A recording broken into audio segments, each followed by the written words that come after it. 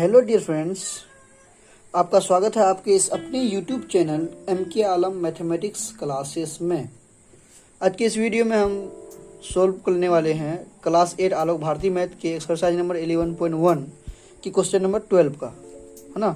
देखिए क्वेश्चन क्या देके रखा है कि एक व्यक्ति ने अपनी आय का 4% दान में दिया। यानी कोई व्यक्ति है जो पैसा कमाता है तो उसका 4% क्या करता है, दान दे देता है। कहीं पर मंदिर में, मस्जिद में कोई है ना गरीब आदमी को क्या कर देता, उसका 4%। अगर 100 रुपया कमाता है, इसका मतलब ये अगर 100 रुपया कमाता है तो 4 रुपया दान कर देता है। 200 रुपया का 8 रुपया, समझ में आया, इस हिसाब से, ठीक है। तथा शेष का 10% बैंक में जमा किया। अब जितना उसके पास बचा, मान लिए अगर 100 रुपया वो लेता है ना, 100 रुपया कमाता है तो 4 रुपया क्या कर दिया, दान दे दिया। तो बचा कितना, 96 रुपया। 96 रुपया का फिर 10% वो क्या करता है, बैंक में जमा करता है, ठीक है। तो जमा करने के बाद उसके पास कितना पैसा बचता है, 1080 रुपया। तो उसकी आय बताइए। तो बताना है कि वो आदमी महीना में या जिस हिसाब से मंथली या है ना वीकली कितना पैसा कमाता है वो हमको निकालना है। क्वेश्चन समझ में आ गया ना। अब कैसे लिखेंगे देख लीजिए। मान लेते हैं, माना कि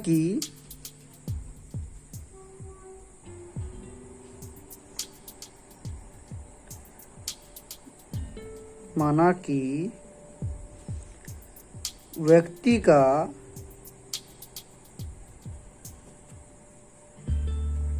कुल आय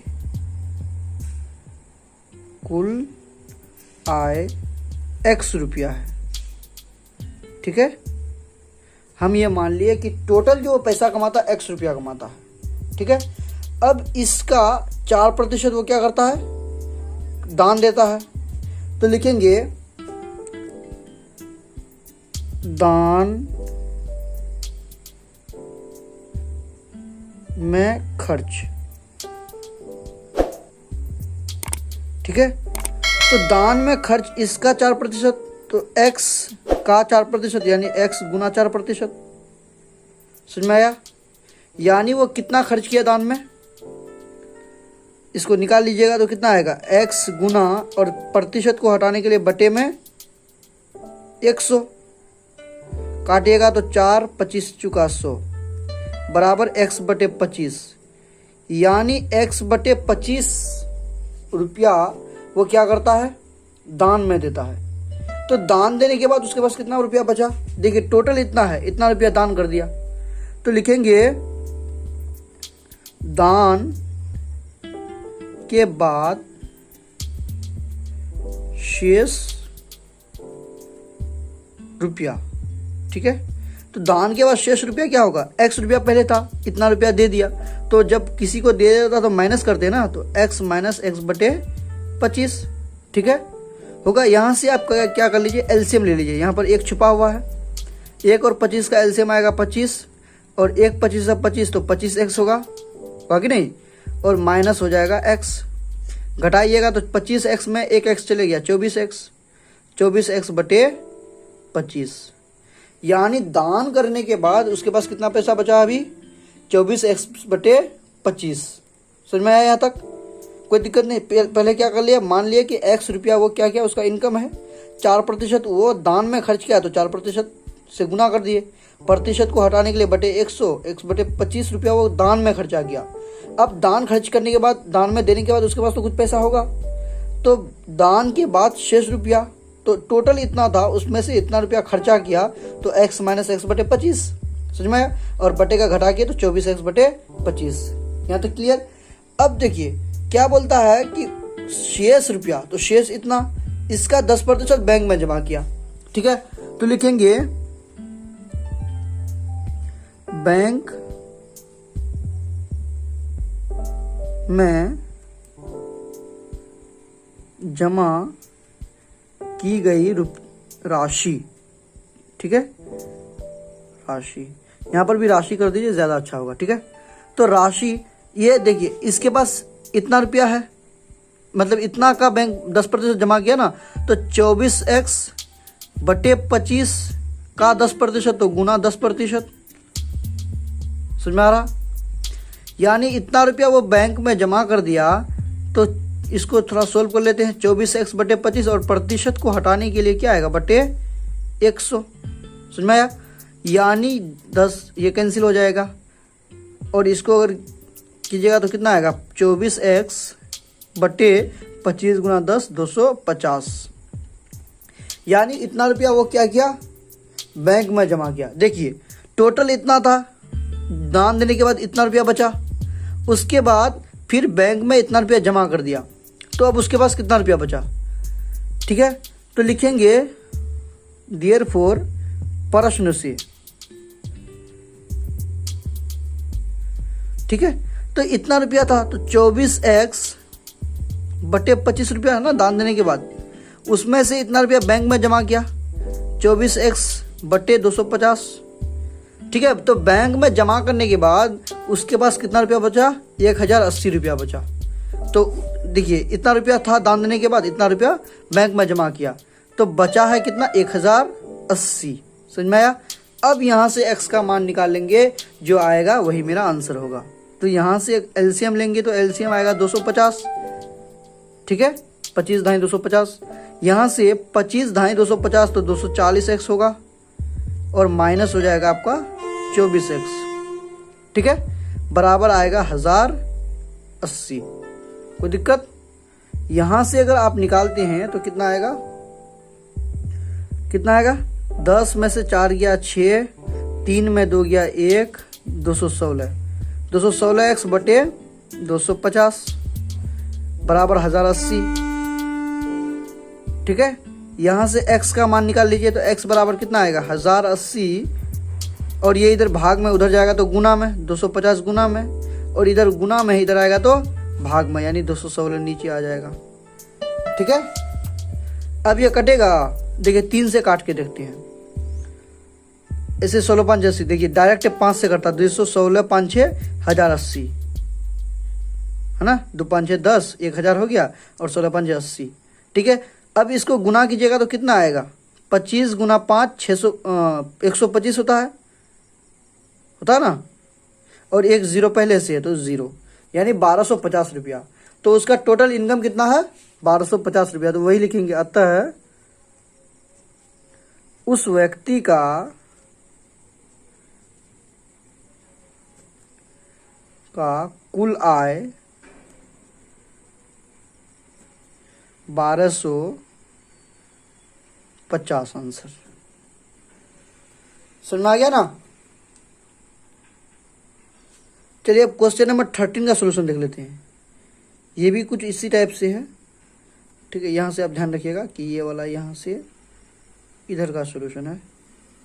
ठीक है, तो पहले क्वेश्चन पढ़ लेते हैं। क्वेश्चन क्या दिख रखा है कि एक कार के मूल्य में प्रतिवर्ष 20% की दर से ह्रास होता है। ह्रास मतलब होता है कमी, किसी चीज में कमी आना, उसे क्या कहते हैं, ह्रास करते हैं। ठीक है, तो देखिए ऑब्वियसली बात है, कोई आप अगर नया कार लेके आइएगा और उसको रखिएगा तो हर साल उसका कुछ ना कुछ दाम में घटते जाएगा, है ना। उसको अगर दाम लगाइएगा, मान लीजिए 1 साल आप चलाए, फिर उसमें दाम लगाइएगा, कुछ आएगा, फिर 1 साल चलाए तो उसमें फिर ऑटोमेटिकली दाम कम लगाएगा, यानी चूंकि वो पुराना होते जाएगा। तो वही बोलता है कि प्रतिवर्ष हर वर्ष 20% की दर से ह्रास होता है, कमी होता है। यदि 2 वर्ष के बाद का मूल्य 4,20,000 रुपया है ना, 2 वर्ष के बाद अगर उस कार का मूल्य 4,20,000, इतना मतलब कमी के बाद है, तो कार का वास्तविक मूल्य ज्ञात करें, यानी वो कार कितना में नया में खरीदा गया। समझ में आ गया? तो लिखेंगे माना कि, देखिए सारा क्वेश्चन प्रतिशत का थोड़ा सा दिमाग लगाने वाला है ना। तो माना कि कार का वास्तविक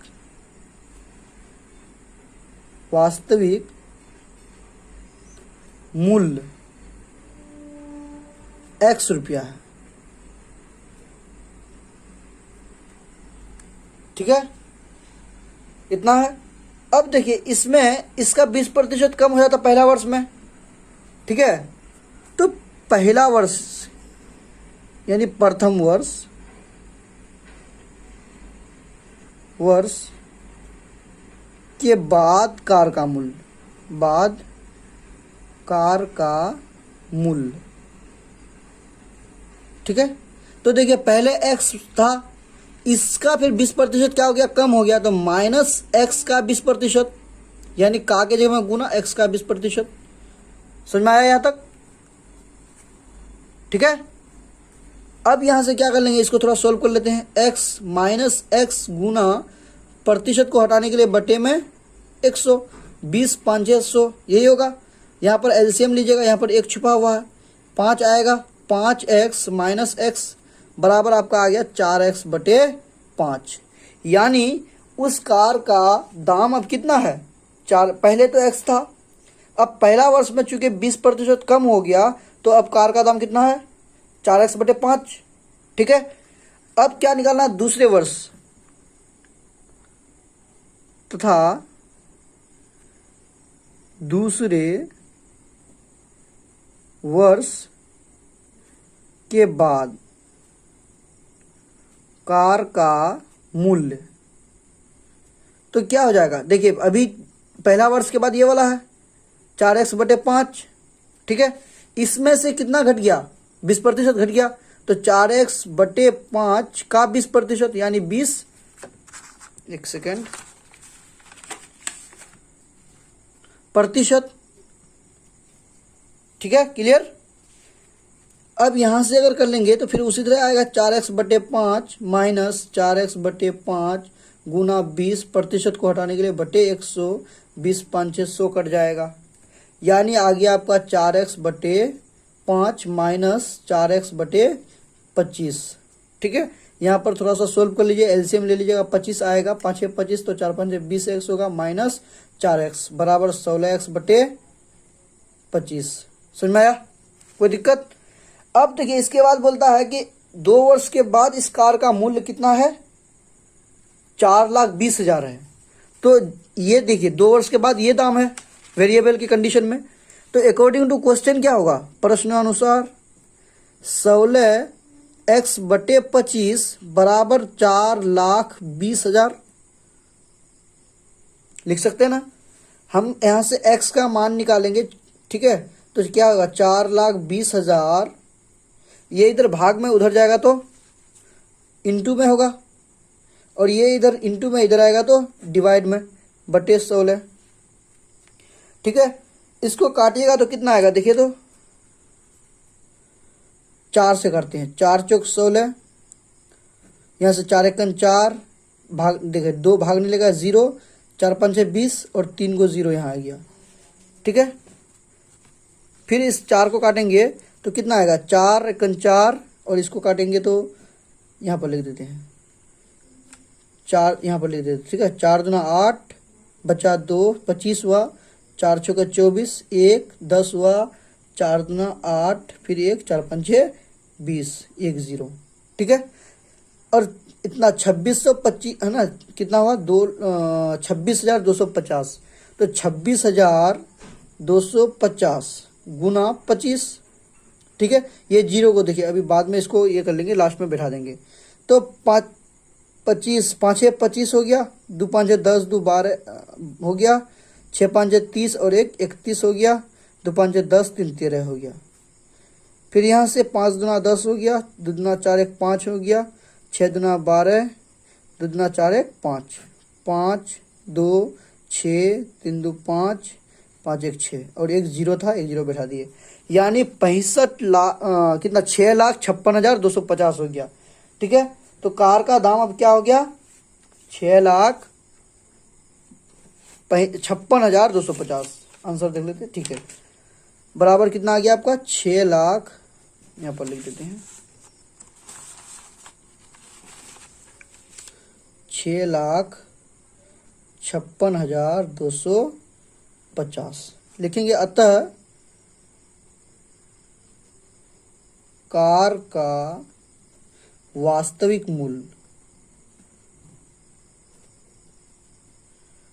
मूल्य बराबर 6,56,250 आंसर। ठीक है, ये लिख लीजिए आप, समझ में आया। आप रिवीजन करते रहिए, सारा क्वेश्चन बनेगा आपका। लेकिन आप बशर्ते आपको प्रेजेंट माइंड रखना पड़ेगा इसमें। क्वेश्चन कहता क्या है, आप अगर स्टेप लिखने जान गए तो इसका मतलब आप क्वेश्चन आसानी से बना सकते हैं। ठीक है, चलिए आज तक के लिए बस इतना ही।